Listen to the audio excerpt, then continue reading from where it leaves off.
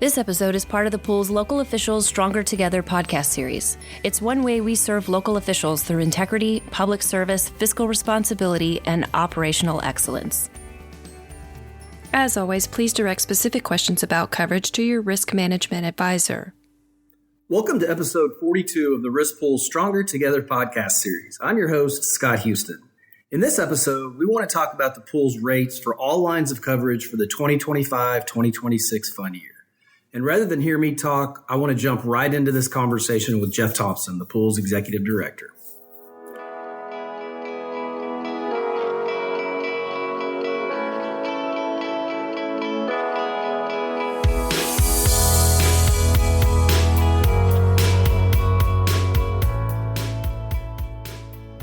Okay, welcome, Jeff.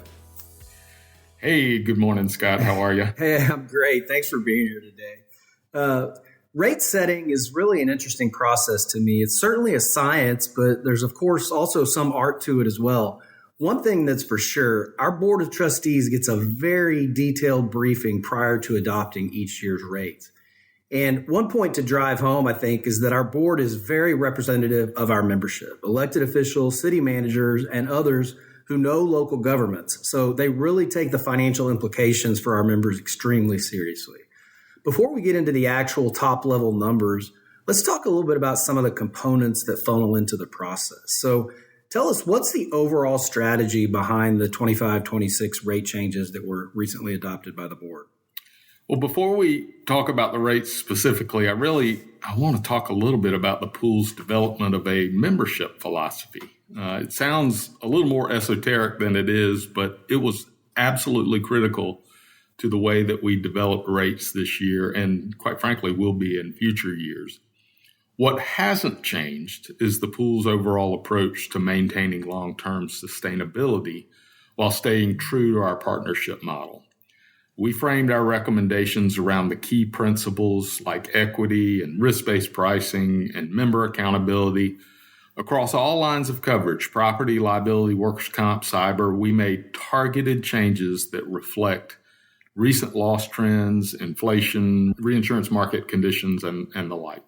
So it sounds like you've said those things haven't changed, but I think we're going to lead into a little bit about what has changed. So tell us about that. Well, the pool has reached a point in its evolution where a clearly articulated membership philosophy is not just helpful, it's quite frankly necessary. Historically, we have operated under a big tent model approach that prioritized growth and inclusivity, treating all of our members essentially the same. But today, our environment, 52 years into this experiment we call the Risk Pool, our environment is much more complex. We face increased financial pressures, greater exposure to being cherry-picked, and we face diverging needs among different types of members. The board wanted to make a strong statement that while the pool is still willing to serve other types of members, it cannot be to the detriment of our city members. So the city members are core, and I suppose that's kind of the point of that formalized membership philosophy. Yeah, a formal membership philosophy helps us respond to these challenges by clarifying who we are and how we make decisions in support of the partnership. There are really four main principles at play here, and this was part of the adopted membership philosophy that was adopted by the board back in January. The first tenet is shared purpose. Membership is not transactional. It's a commitment to mutual trust and the shared goal of protecting municipalities and municipal services. Second tenet is collective resilience. By pooling resources and leaning on one another, members can better manage risk and recover from setbacks. The third tenet is equitable responsibility. And here's where we often see the rub, but under equitable responsibility, contributions, benefits, and expectations are shared fairly and equitably, not necessarily equally, so that all members uphold the partnership's strength. The last tenet is, as you would expect, long-term sustainability. The pool must adapt to emerging risk and remain financially sound so we can serve the members effectively well into the future.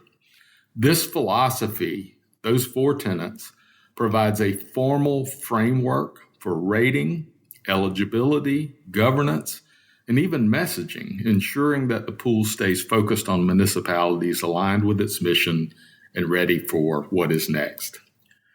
Well, the membership philosophy is obviously a big component of what we do with regard to rates and other services that the pool provides.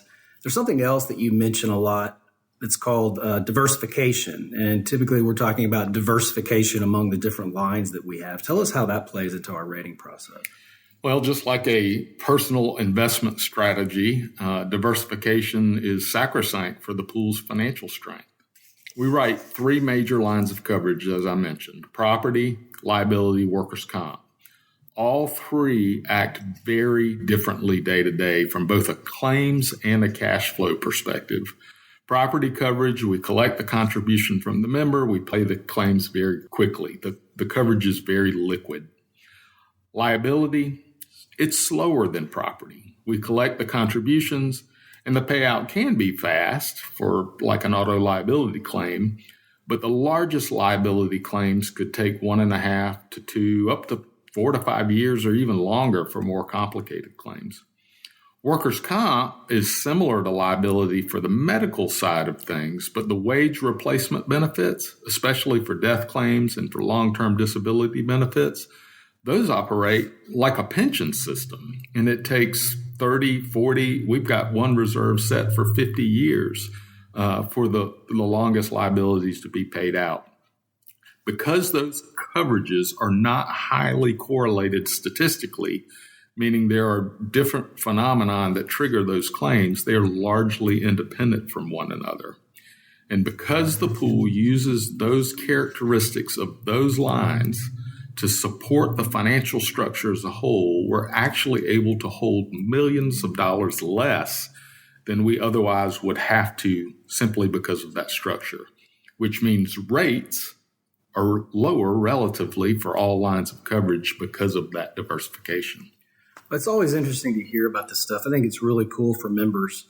So tell me, does that diversification strategy also play back into the membership philosophy that you talked about a minute ago? No, it sure does. Equitable responsibility and long-term sustainability, those are the main tenets here. In recent years, the pool has incentivized buying multiple lines of coverage from us. And starting this year, in order to obtain the property coverage from the pool, members have to buy both liability coverage and workers' compensation coverage with very narrow exception. That's to underscore the equitable responsibility members have to one another and to ensure the long-term sustainability of the partnership. But diversification has its limits too, Scott. If the pool writes coverage for a member that has a very different risk profile than its core membership, that can lead to a wonky insurance term called adverse selection. That's essentially the risk of being cherry-picked if a risk profile is different, but yet the pool treats that member the exact same. In that case, that's relying too heavily on diversification, which leads to other problems. Well, you've talked about the different lines of coverage and how this diversification principle fits in. It sounds like property coverage is probably the most affected, so it's most important to have those other 2 coverages surrounding it and insulating it, right? Absolutely. It's the coverage the pool offers that is subject to the wildest swings. Going back to diversification, the pool needs the support of the other lines of coverage to stabilize the property coverage line and to stabilize the pool for both the short and the long term. Okay, with all that background as to how the board goes about setting the rates and how staff goes about making those recommendations, let's jump in and talk about the actual rates for the upcoming fund year for each line of coverage. From an overall perspective, what do rates look like for all our members? We'll talk about each of the individual coverage lines independently from one another here, but the overall weighted rate change across the entire membership is about 5%. Well, we talked about cities being paramount as when it comes to membership. So are their actual changes different than the membership overall? They will be.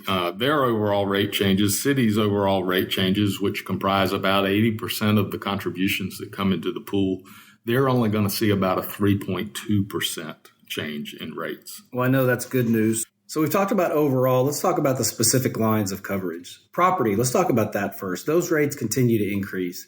And I don't think it's any surprise to someone who's built or repaired their home recently would know that. Can you explain what's driving those increases? Well, and I mentioned the wildest swings. Property is where we see the steepest pressure. Construction inflation, catastrophic losses, especially poor loss experience from housing authorities. Those things have taken a toll. So the board approved a smaller increase for cities, and housing authorities will have about a 35% additional increase for them, plus other adjustments like a higher deductible minimum and changes to the wind and hail buyback costs. These steps are really about strengthening equity in that fund and ensuring that those with higher risk relative to the whole contribute more. Again, that's part of the equitable responsibility tenet in the membership philosophy at work as well. Compared to property rates, our liability rates are generally seeing a much smaller increase. Tell me about that. Yeah, law enforcement liability and errors and omissions, our public officials' liability are actually seeing a 5% decrease this year. General liability is going to bump up about a percentage point. Auto liability, however, we're seeing about a 17% increase in those rates this year. Overall, the liability rates are only going to be up about 5.7% in total. But I mentioned automobile liability coverage. Both the medical component of that and repairs and replacement, they are getting a lot more expensive. And we're seeing that within our claims trend and have to pass those costs along. Let's wrap up with our third main coverage, which is workers' comp, where we are lowering rates pretty substantially. What's the story about that? Well, thanks to favorable loss trends, the expiration of the first responder COVID-19 disease presumption, which was a big cost for the pool, and increased payrolls from member growth, the board adopted a 3.6% average rate reduction for workers' comp. And with the improving member experience, total contributions will drop almost 11%, saving the members collectively nearly $10 million this year. That's, again, a great example of how the diversification of coverage at the pool, along with the stability and safety practices among the members, can result in real financial benefits and help to offset the higher cost we're seeing in property. So it's funny, I guess what I said was the three major coverages we've talked about, which is property, liability, and workers' comp. And I guess I was classifying cyber as not a major coverage, but actually that's one of our biggest emerging risks, and we're really putting a lot of attention to it because of that. So tell me what's new with cyber coverage. Yeah, there's certainly a growing exposure out there with cyber coverage. I imagine most of the members have been hit by some sort of cyber event, either personally or at their workplace. But we made a big move this year. We're actually shifting from Beasley to a group called Cowbell Cyber. This is a partnership with them that will give us broader coverage, higher limits, free cyber risk training, dashboards, and most importantly, there will be no aggregate cap for the pool coverage. We're building out the cyber fund for long-term support, and I suspect that rates and costs for that coverage will increase over time. But again, this is our goal from the beginning was to provide our members with a modicum of coverage, and this move to Cowbell Cyber certainly increases that modicum. All right. Well, this is a lot of great information for the members. Do you have any final thoughts or words of wisdom you'd like to impart before we do our action items? Other than a reminder that the pool is not an organization that a member does business with, it's a pure partnership among its members, leaning and relying on one another to reduce volatility.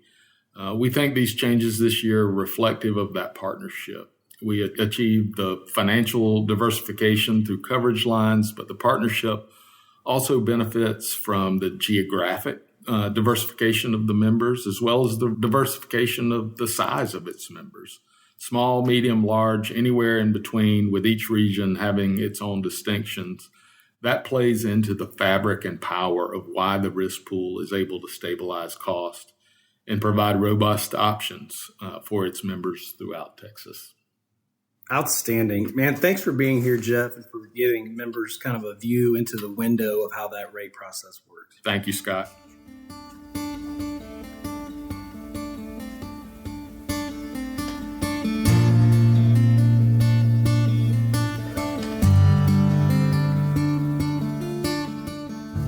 Okay, we're back. Let's do our action items for this episode. We're just going to do 2 simple ones today.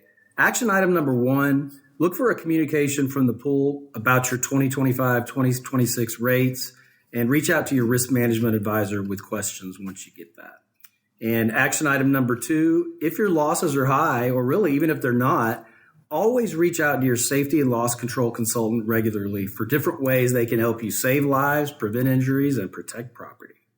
Okay, that's it. Thanks for trusting us, and tune in to another episode soon. To review written materials associated with the presentation or to ask Scott a question, please visit www.tmlirp.org and click on the Stronger Together podcast link. Please remember that the information in this episode is provided for informational purposes only and doesn't constitute legal advice. We recommend that you review the podcast and the accompanying written materials with your attorney prior to taking action.